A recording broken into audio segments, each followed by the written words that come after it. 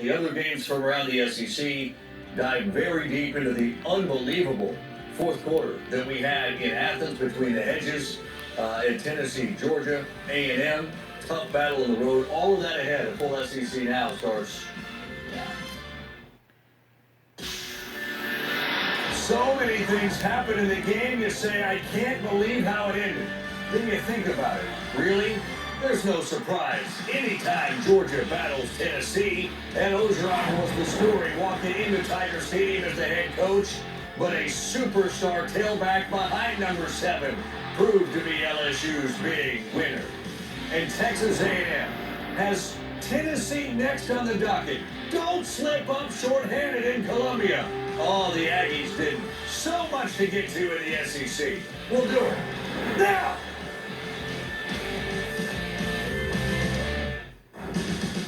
It is so good to have you with us.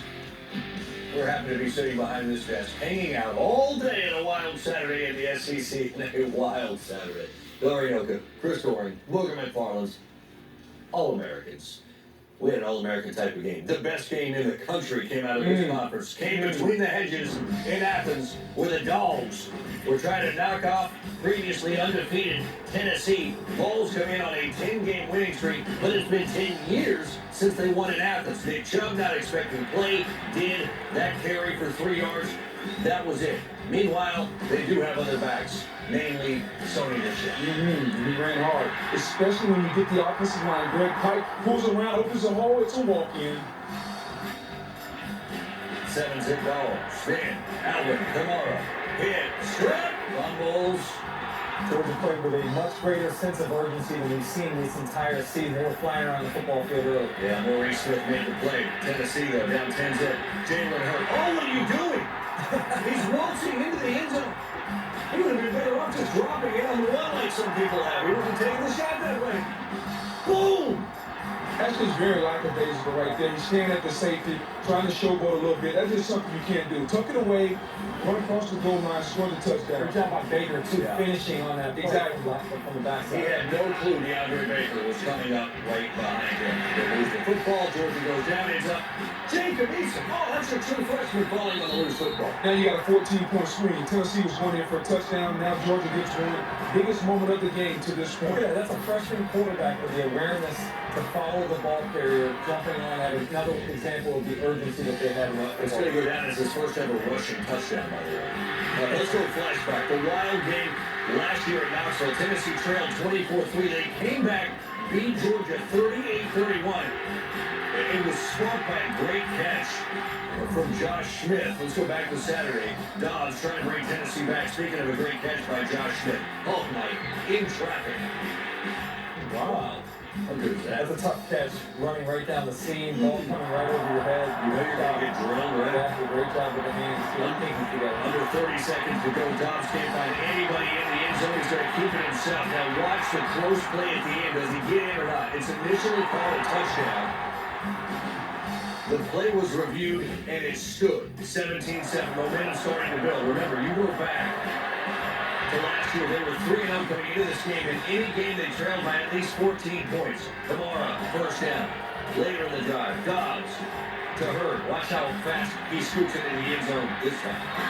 Yeah, hold on there. Nice throw by Dobbs to across the body. 17-14 game. Eason, freshman to freshman. Isaac, nada. Touchdown. Georgia utilized a little play-action fake here at the line of scrimmage. Look at it, freeze the linebacker just long enough for Nada to get down the middle of that cover 2 zone, and then the delivery. Eason with a rope for the touchdown. 24-14, fourth quarter. Vols trying to battle back. Now Dobbs to Kamara. Down the sideline. Strick gets away from Dominic Sanders, the tackle tackle. Stays in bounds and scores. 3-point game. Follow this. This is when it gets wild. Later in the fourth, Georgia goes for it on fourth down. Eason's pass tipped. It's incomplete. Tennessee gets possession now. Look. Yeah, but it's important to know that the ball was tipped. Otherwise, it's going to be pass interference. The DB mauled the receiver, but because the pass was tipped, it nullifies the pass interference. Second play of the ensuing drive. Dobbs throws for Jason Crew, but he underthrows him, and Smith gets the pick. He had a fumble recovery and the interception on the day. Dogs try to extend the lead. Eason's got Isaiah McKenzie, but he underthrows his receiver. Lost opportunity. The biggest stop of the game right now. Sudden change, has the defense on their heels in their own territory. They hold and don't allow any points from Georgia. Tennessee punts on a play maybe they could have gone for it. Forces Georgia inside its own 5. Eason hit, fumbles, Tennessee recovers. Touchdown! The decision paid off. Yeah, you look at Derek Barnett. Last week against Florida, Derek Barnett was the key in the second half. Today, he was the key in the second half. Couple more sacks, forced fumble, Marine scores. This was a decisive point, all set up by Butch Gunner's coaching decision to punt and penalty. Two guys blocking, by the way. Exactly. It's shipped by the running back. Stadium fell silent. Dogs have to battle back now suddenly behind final minute. Easton to Terry Godwin and then Easton to Jeff Blazevich. But Blazevich out of bounds! After a timeout, 19 seconds left. Easton. Is this an NFL throw? It is an NFL throw. Forced to step up in the pocket and then the delivery that very few guys in this league can make right in the middle of that cover 2 zone. Throws it on a line and touchdown by Ridley. Maybe the best throw of any quarterback on any level all year long. That's how good this throw was. Look at it. We're going to move the safety with his eyes and head. And now outside, Ridley matched up in one-on-one coverage in a 2-man scheme that Tennessee utilized there. Ridley good awareness to it. Celebration, though. Watch. You'll see him spot shadow. Rico McGraw running around on the field without a helmet. That's 15 yards. Ensuing kickoff, Georgia is offside. That's 5 more yards. So Tennessee catches the kick about their own 3. They start their possession in Georgia territory. They've got one last chance. One last miracle.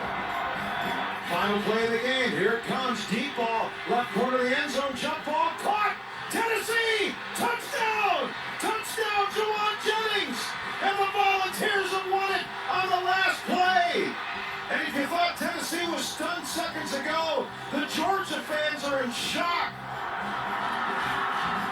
The turn of events at Sanford Stadium is impossible to adequately describe. Well, it is. And for Georgia, we're always taught in a situation like this, knock it down. Everyone's trying to catch the ball, knock it down. And oh, by the way, let's not have every Georgia defender behind Juwan Jennings, but that's how it was. 34-31. Their first 5-0 start since 1998 when they won the national championship.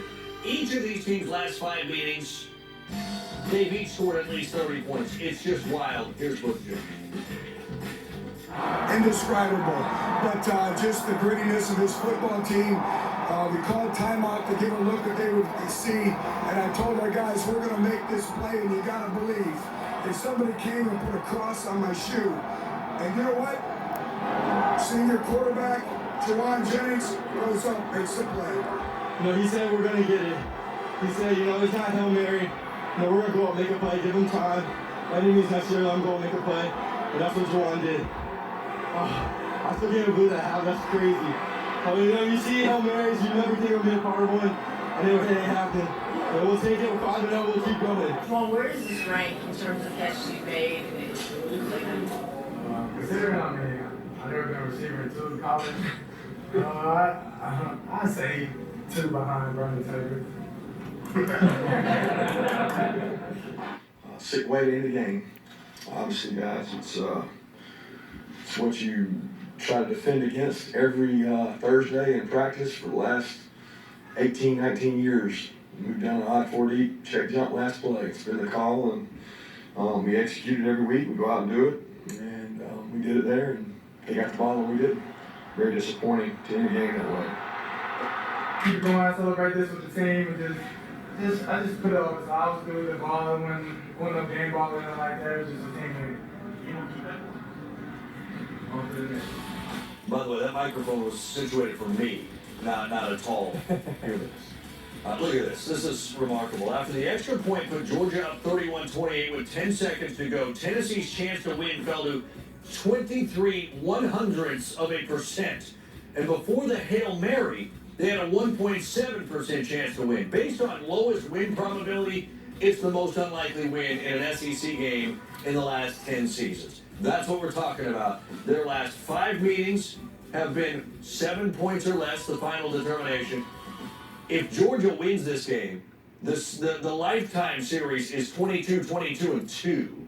As it stands now, Tennessee with a 23-21-2 edge. More on the great games that have been played historically here later in the show, but wow, what has taken your breath away the most in this game? I think just the fight that Tennessee has, not only this game, but in the entire season. I mean, they've demonstrated time and time again. They may not be the prettiest. They may have a lot of things that they need to clean up, but they have a will to win that is second to none in this league so far this year. They keep fighting, even when the probability is at that long shot that Dar just talks about. I think it's a never give up attitude. It's certainly a different way to finish than we've seen Tennessee finish in past seasons. Well, it's a never give up attitude, but there are 2 things that jump out between last week against Florida and this week against Georgia. There's 2 players. It's Joshua Dobbs and Derek Barnett. When those 2 players in the second half of those games step up and start to make plays, that's when this Tennessee team goes. That's when the defense ignites. Barnett, a couple of sacks.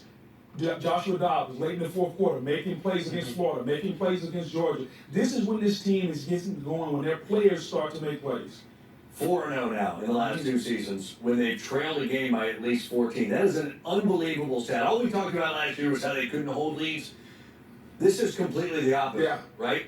They hit the gas and they accelerate. It's a normally uncomfortable position for teams to be in, but these guys seem to be very comfortable, even being down. There's no panic, and like you said, I think it's the leadership, specifically from Dobbs. Dobbs is probably the best in the conference and maybe one of the best in the country when it comes to improvisation. When he's not asked to sit in the pocket and throw the football on time, when he's able to run around the touchdown right before half was huge. That drive coming out of the locker room was huge. Those 2 drives right there were the difference in the ballgame because Georgia had dominated for the most part up to then. And then Butch Jones, we talk about the critical decision. We talked whether or not do you go for it or do you punt it. Yeah. He punted it, pinned Georgia deep, and then Barnett and Vereen sack fumble, touchdown. That was a key point. Great coaching move by Butch Jones. We give him a lot of criticism. Let's pat him on the back because that was a critical move for his football team. The schedule continues to be tough though. Now they go to Texas A&M. So it's going to be one after another for a series of weeks here before they finally get a bye, and then the schedule lightens up for Tennessee. But wow, what a remarkable win that was. All right, how about what was happening? The Zaxby's tailgate of the week. Where was it? Well, places, quite honestly, seen plenty over the last week. Change over the last week, and that's Zaxby's tailgate of the week, no doubt rocking with the couscousing. Hot boudin. Hot boudin. And cold couscous. And cold couscous. Yes. Cody serves it hot. What, boudin? Absolutely. Couscous. Yeah, boudin. Yes, cold. And Ojon. First game as head coach. Look, good brother. 1-2.